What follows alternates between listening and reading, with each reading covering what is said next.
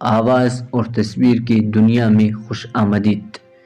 کتاب تاریخ کی گواہی، مصنف ڈاکٹر مبارک علی، مضمون انسانی فطرت اور سماج۔ انگریز فلسفی تھامس ہابس نے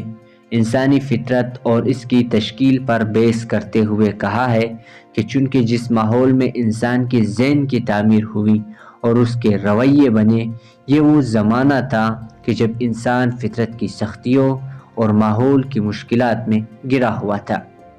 اس کے چاروں اطراف خطرات تھے۔ اس نے اس کے ذہن میں ڈر اور خوف کو پیدا کیا اور اس احساس کو پیدا کیا کہ وہ کسی وقت بھی حادثے کا شکار ہو سکتا ہے۔ لہٰذا اس کا ذہن اس ماحول میں اس بنیاد پر تشکیل ہوا کہ اسے اپنی بقا کے لیے اس سے پہلے کہ وہ خطرے یا سازش کا شکار ہو، اپنے مخالفین کو ختم کر دے۔ اب جب کہ سماج میں ہر فرد یا جماعت کو یہ احساس ہوا کہ دوسرا اسے ختم کرنے کے لیے تیار ہے اور اسے پہل کرنی چاہیے، تو اس نے جنگ و جدل اور قتل و غارت گری کو پیدا کیا۔ ہابس کے اس نظریے کا اطلاق آج کے حالات حاضرہ پر بھی ہوتا ہے کہ جب بڑی طاقتیں اس خیال سے کہ ان کے مخالف ان پر حملہ کر کے انہیں نقصان پہنچائے، انہیں ختم کر دیا جائے، اسے وہ پری ایمپٹیو حربے کا نام دیتے ہیں۔ انسان اور سماج کے رویے کو روکنے کے لیے ایک طرف تو ریاست کا ادارہ وجود میں آیا کہ جس کے اداروں نے یہ کوشش کی کہ فرد کو تحفظ کی یقین دہانی ہو اور اس میں جو ڈر اور خوف کا احساس ہے وہ دور ہو۔ اس کے علاوہ سماج میں ہم آہنگی اور یگانگیت کو پیدا کرنے کی غرض سے رسم و رواج اور اخلاقیات کا وجود عمل میں آیا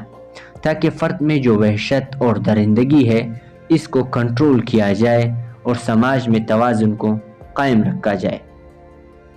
اس کا نتیجہ یہ ہوا کہ ان قوانین اور اخلاقی قدروں کے ذریعے انسان کی وحشی حیثیت کو روکا گیا اور اس کی تربیت کی گئی کہ وہ خود کو محفوظ سمجھتے ہوئے ڈر اور خوف سے نجات پائے۔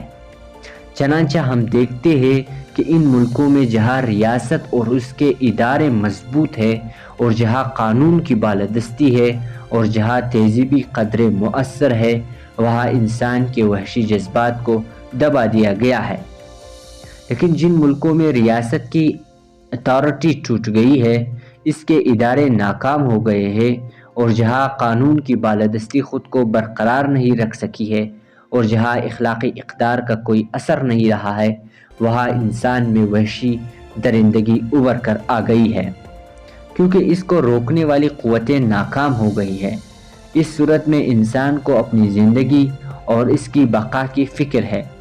اور اسے یہ ڈر ہے کہ دوسرا جو اس کے ارد گرد اور قریب میں ہے وہ اسے ختم کر دے گا، اسے قتل کر دے گا اور اس مال و جائیداد پر قابض ہو جائے گا۔ یہ ڈر اور خوف سماج میں تصادم اور خونریزی کو پیدا کرتا ہے اور انسان ایک بار پھر اسی ماحول اور زمانے میں پہنچ جاتا ہے جہاں سے اس نے سفر کی ابتدا کی تھی۔ اس وقت پاکستانی معاشرہ اس صورتحال سے دوچار ہے۔ جب سے کہ ریاست کمزور ہوئی ہے اور قانون کی بالادستی دم توڑ چکی ہے، اس وقت سے اخلاقی اور تہذیبی قدریں بھی اپنے اثر و رسوخ کو قائم نہیں رکھ سکی ہے۔ اس ماحول میں جب کہ فرد پر کوئی پابندی نہیں ہے اور وہ اپنے عمل میں بالکل آزاد ہے، تو اس صورت میں طاقتور کو یہ موقع ہے کہ اپنی قوت کو استعمال کرتے ہوئے کمزور کو زیر دست کرے اور اس پر اپنی حکمرانی قائم کرے۔ اس نے سماج میں مافیا اور جرائم پیشہ افراد کو طاقتور بننے اور آزادانہ کارروائیاں کرنے کے مواقع فراہم کیے۔ دوسری جانب ایسی سماجی اور مذہبی جماعتیں وجود میں آئے کہ جن کی خواہش ہے کہ وہ اپنے مخالفین کا خاتمہ کر کے اپنی اجارہ داری کو قائم کرے۔ اس عمل میں وہ مخالفین کو کمزور کرنے کے لیے قتل، خونریزی اور تباہ و بربادی کے عمل پر یقین رکھتی ہے۔ لہٰذا اس رویے کی بنا پر ہر جماعت اور گروپ میں ڈر اور خوف ہے۔ اس لیے اس کا علاج یہ ہے کہ ہر تنظیم ہتھیار بند ہو گئی ہے تاکہ اپنا تحفظ کر سکے۔ اب صرف تحفظ ہی نہیں بلکہ اس ڈر اور خوف سے کہ دوسرا اس پر حملہ کر کے اسے ختم نہ کر دے، وہ اس پر عمل کرتے ہیں کہ وہ پہل کر کے اپنے مخالف کا خاتمہ کر دے۔ اس وقت پاکستان کی سماج میں جو قتل و غارت گری کا اظہار روزمرہ کے ہونے والے واقعات سے ہوتا ہے، پاکستان کی سماج میں یہ ڈر اور خوف اور موت کے غیر متوقع ہونے کا احساس ہر فرد ذہن میں سمایا ہوا ہے۔ موت اس کے لیے ایک فطری نتیجہ نہیں بلکہ یہ حادثاتی عمل ہے جو کسی وقت بھی غیر متوقع طور پر ہو سکتی ہے۔ پاکستانی سماج کی یہ صورتحال اس وقت تک بہتر نہیں ہوگی جب تک کہ ریاست اور اس کے ادارے مضبوط ہو کر اس میں تحفظ کے احساس کو پیدا نہیں کریں گے، اور جب تک قانون اور اخلاقی اقدار مؤثر کردار ادا نہیں کرے گی، اس وقت تک انسان خود کو فطرت کے اس ابتدائی دور یا زمانے میں پائے گا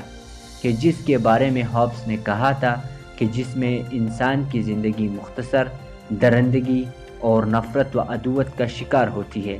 اس زندگی میں نہ تو وہ تہذیب کی تشکیل کر سکتا ہے، نہ کلچر کو پیدا کرتا ہے، بلکہ اس کا تمام وقت ڈر اور خوف کے عالم میں گزرتا ہے جو اس کی صلاحیتوں کو کچل دیتا ہے۔ پاکستانی معاشرہ اس وقت اسی صورتحال سے دوچار ہے۔